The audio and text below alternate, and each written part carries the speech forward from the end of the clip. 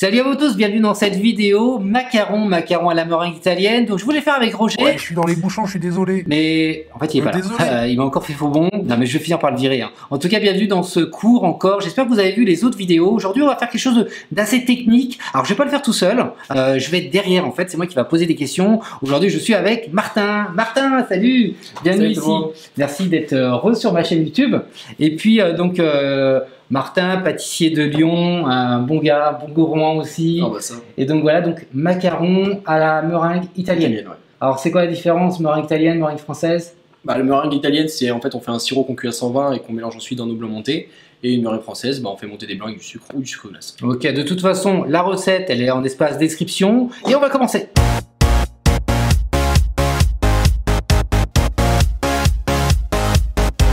Donc notre premier mélange, ça va être quoi? Ça va être le temps pour temps. Le temps pour temps est constitué de sucre glace et de poudre d'amande tamisée. C'est important de bien tamiser, parce que sinon après votre préparation aura des grumeaux et ne sera pas assez homogène. Donc là je vais mélanger tout ça. Donc sucre glace tamisé, parce que sinon, voilà, comme tu dis, il y aura des grumeaux et on le verra. Hein, au bout d'un moment, c'est galère. Donc là on fait un premier mélange, donc on va mélanger le sucre glace et la poudre d'amande.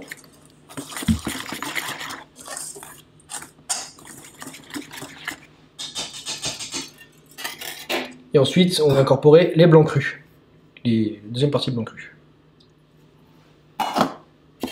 Et le cacao, on peut le mettre maintenant. Le cacao, on peut le mettre maintenant ou après. Moi, je le mets à la fin pour avoir une bonne couleur. Ouais. Okay. Donc ça, vous pouvez le faire au batteur, hein, à la feuille ou au fouet. Donc important d'avoir une pâte assez homogène. Hein. Ouais.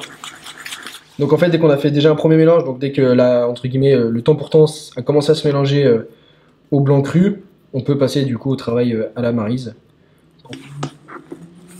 Donc voilà, par de l'extérieur vers l'intérieur pour bien incorporer tout ça. Donc on va obtenir une pâte. Hein. C'est ça, une sorte de pâte, voilà. On peut ajuster un petit peu avec un petit peu de blanc en plus. Ou, si jamais c'est trop sec, là par exemple comme là, je pense qu'on va peut-être pouvoir ajouter un demi blanc d'œuf. Encore un petit peu. Ouais. Je pense qu'on peut augmenter du coup le blanc de 5 grammes, je pense. Ouais. La recette de toute façon est en espace description. Ce qu'il faut faire attention, c'est déjà de tout bien peser et de dissocier les deux quantités de blanc. Voilà. De toute façon, on va bien vous le marquer. Il va y avoir les blancs crus. Donc les blancs crus, c'est pour la première partie, pour le temps pour temps, donc sucre glace et poudre d'amande. Et ensuite les blancs montés pour la meringue italienne. Donc là, voilà, on a un mélange qui est bien homogène. Voilà. Et donc ensuite, on va rajouter la poudre de cacao. Quantité souhaitée. Voilà, c'est ça. Si vous êtes gourmand. Après, il faut faire attention. Il ne faut pas trop en mettre parce que sinon, justement, ça peut dénaturer la pâte et engendrer du coup une mauvaise cuisson. Donc là, tu as mis à peu près 5 grammes. Ouais, j'ai mis 5 grammes, à peu près. C'était vraiment à la mode les macarons il y a longtemps, il y a une petite dizaine d'années, mais c'est toujours une petite pâtisserie qui est toujours présente et on peut utiliser une demi-coque pour faire des tartelettes. C'est ça. Encore un tout petit peu. Allez, en fait, il y a des poudres d'amandes qui absorbent un peu plus d'humidité que d'autres. Tout dépend en fait. Si vous mixez vos amandes entières, ça va être une poudre d'amande qui va être beaucoup plus grasse. Donc elle va absorber différemment que si c'est de la poudre d'amande que vous achetez dans le commerce. Voilà. Ça. Donc il faudra tout simplement réajuster. C'est ça. Là, on est bien. Là, on est pas mal. Là, on est pas mal. Ok, super. Voilà, étape 2 de la recette, donc c'est le sucre cuit. Donc on va faire quoi? On va mettre l'eau et le sucre. On va monter la préparation à 118-120 degrés. Il faut savoir que si on utilise un batteur, il va falloir commencer à faire monter nos blancs à partir de 114 degrés à peu près, hein, c'est ça? Ouais, 114 degrés, ouais, exactement. Là, Fernando, aujourd'hui, il est un peu joueur. Vous là, je le trouve en forme aujourd'hui, Fernando. Ouais, vu qu'il est en forme, je lui ai mis le batteur, je lui ai confisqué le batteur et il va monter les blancs à la main. Voilà, nickel. Donc, bon, je vais commencer à les monter quand ça sera bouillant. On a donc un thermomètre laser. Vous retrouverez évidemment la référence du thermomètre laser dans le lien en espace description. Donc, comme ça, tu vas pouvoir voir la température. Allez, on va allumer ce truc. Hop. Allez. Voilà. Donc, dès que ça commence à bouillir, je commence à monter les blancs. Et après, bah, écoute, voilà. Aujourd'hui, c'est toi le chef. Hein. Allez, j'échauffe le poignet là. Je peux l'échauffer en même temps là. Ouais, chauffer comme ça. Moi, allez, non, mais il fait le malin, Fernando, là. Il fait le malin. Allez, je chauffe mon poignet parce que là, ça va y aller.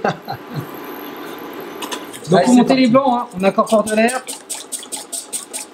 Voilà, avec un fouet quand même où il y a une surface très large. Hein. De toute façon, on va incorporer un maximum d'air. Non, mais c'est un très bon fouet, ça.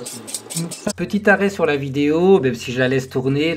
D'un côté, on a donc le sucre cuit qui est en train de chauffer, donc il faut toujours faire attention à la température. D'un autre côté, donc là, je suis en train de me battre pour monter les blancs. Donc l'idée, c'est que les blancs ils vont devenir mousseux. Ensuite, on continue d'incorporer de l'air jusqu'à temps d'avoir vraiment un effet presque ruban quand on fait tomber les blancs. C'est important d'avoir déjà une bonne texture avant d'ajouter évidemment le sucre cuit. Encore une fois, là, sur ce cours vidéo, on est en train de vous montrer manuellement comment on monte les blancs, mais vous pouvez le faire au batteur sans problème, au fouet, donc il n'y a aucune difficulté à ce niveau là. Ici évidemment donc là je le dis en voix off parce que avec le bruit de l'induction c'était pas toujours simple de bien s'entendre. Il faut vraiment attendre que les bulles commencent à épaissir et on est déjà pas mal en termes de température. Vous pouvez prendre évidemment le thermomètre, mais quand on a une petite quantité de sucre, c'est pas toujours simple de bien évaluer la température. Donc un repère, quand là vous voyez en vidéo là les bulles, elles commencent vraiment à épaissir et à s'éclater beaucoup plus doucement, et donc à ce moment là c'est qu'on est bon, on est très bien en termes de température, et on va pouvoir maintenant ajouter donc directement en filet le sucre cuit.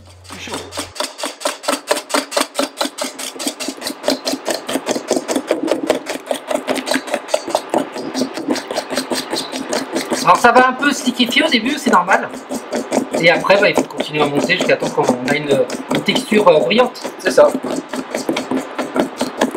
Ah, ça fait du sport hein, quand même. Hein. Ça fait longtemps que j'avais pas fait une meringue italienne à la main. Waouh. Bon, voilà, et là il faut continuer à monter. Tu veux me remplacer ou pas? Non, voilà. Non, je suis chaud là. La jeunesse d'apprendre. Voilà, donc là il faut... Allez, je te laisse me remplacer de lui. Allez, vas-y. Ah, tu fatigues vite là maintenant. Oh là. Allez, arrête de ça, voilà. Allez, hop. Allez, à début, ça peut... Voilà, donc là je sens vraiment... Regarde là, t'as de la... Ah ouais. On est pas mal là. Encore un petit peu là. Allez, encore un peu. Allez, vas-y, fini. Je te laisse finir. Allez.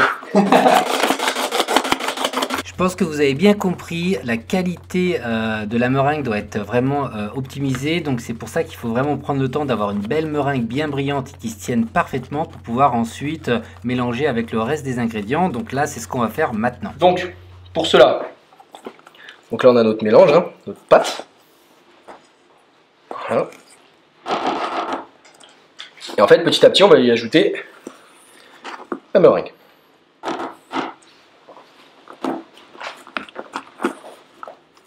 Une belle meringue pour des beaux macarons. Donc le premier mélange, voilà, hein, c'est vraiment un premier mélange. Voilà, donc retenez bien le vocabulaire, c'est on va détendre d'abord. Hein. On doit détendre pour avoir une masse qui commence un peu à ressembler à la meringue, en fur et à mesure. Voilà. Pour l'instant, on n'est pas encore en train de macaronner. Non. Bon, encore merci Martin d'être ici. Bah, c'est un plaisir. C'est le cours numéro 8, donc macaron. On en a souvent demandé, donc c'est cool. Merci à toi. C'est avec plaisir, Fernando.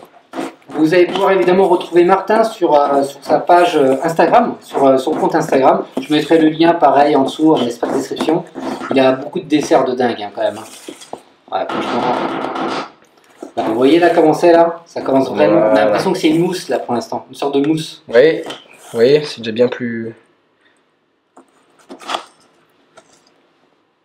Si on veut, on fait la même chose, mais au lieu de mettre de la poudre de cacao, on peut mettre une autre poudre. Oui, bien sûr. Bien sûr. La cacao, l'avantage c'est que on peut très bien mettre du colorant marron, mais l'avantage c'est voilà d'utiliser du cacao.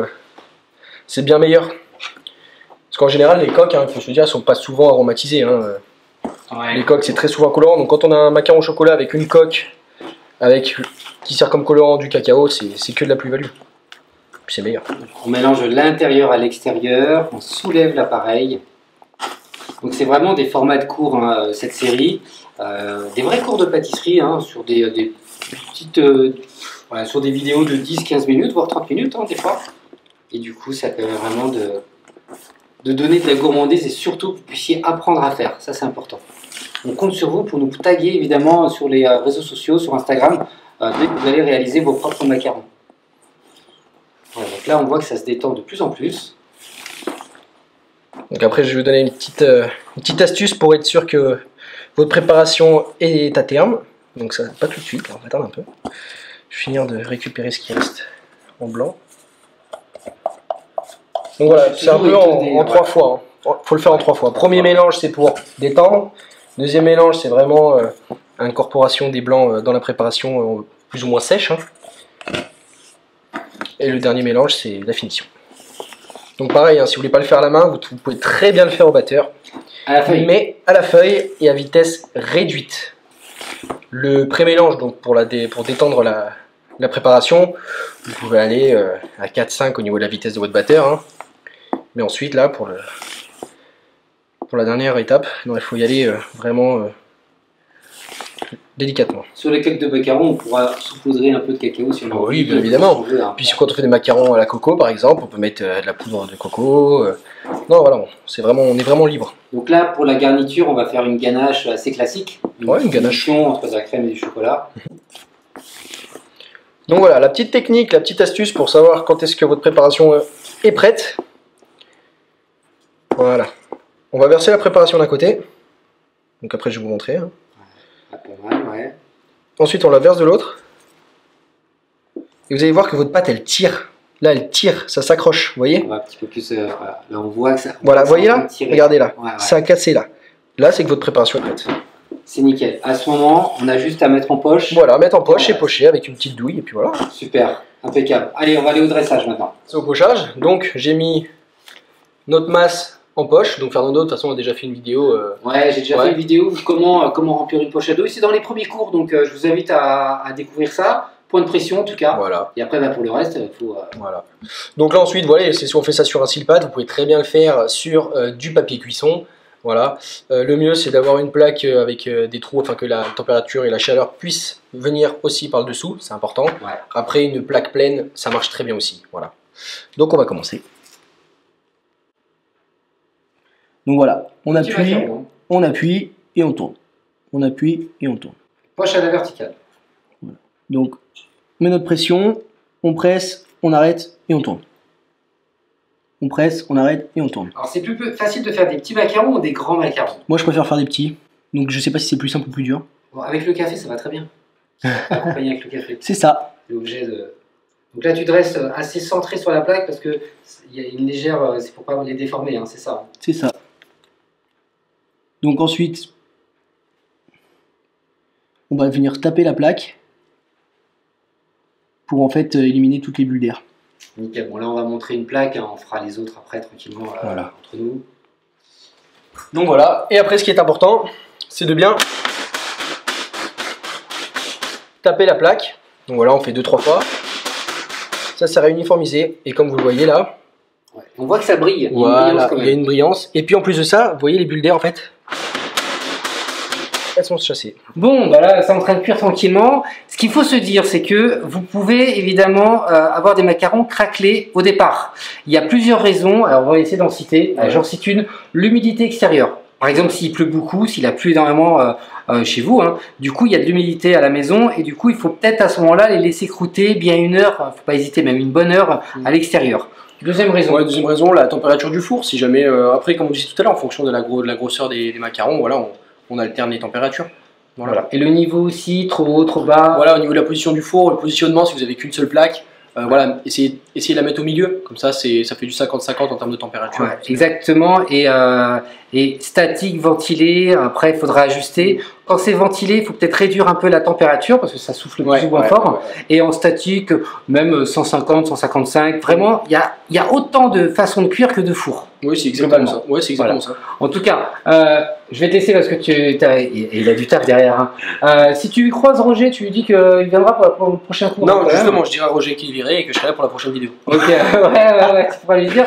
Là, ça cuit tranquillement. En tout cas, bah, on va déguster juste après.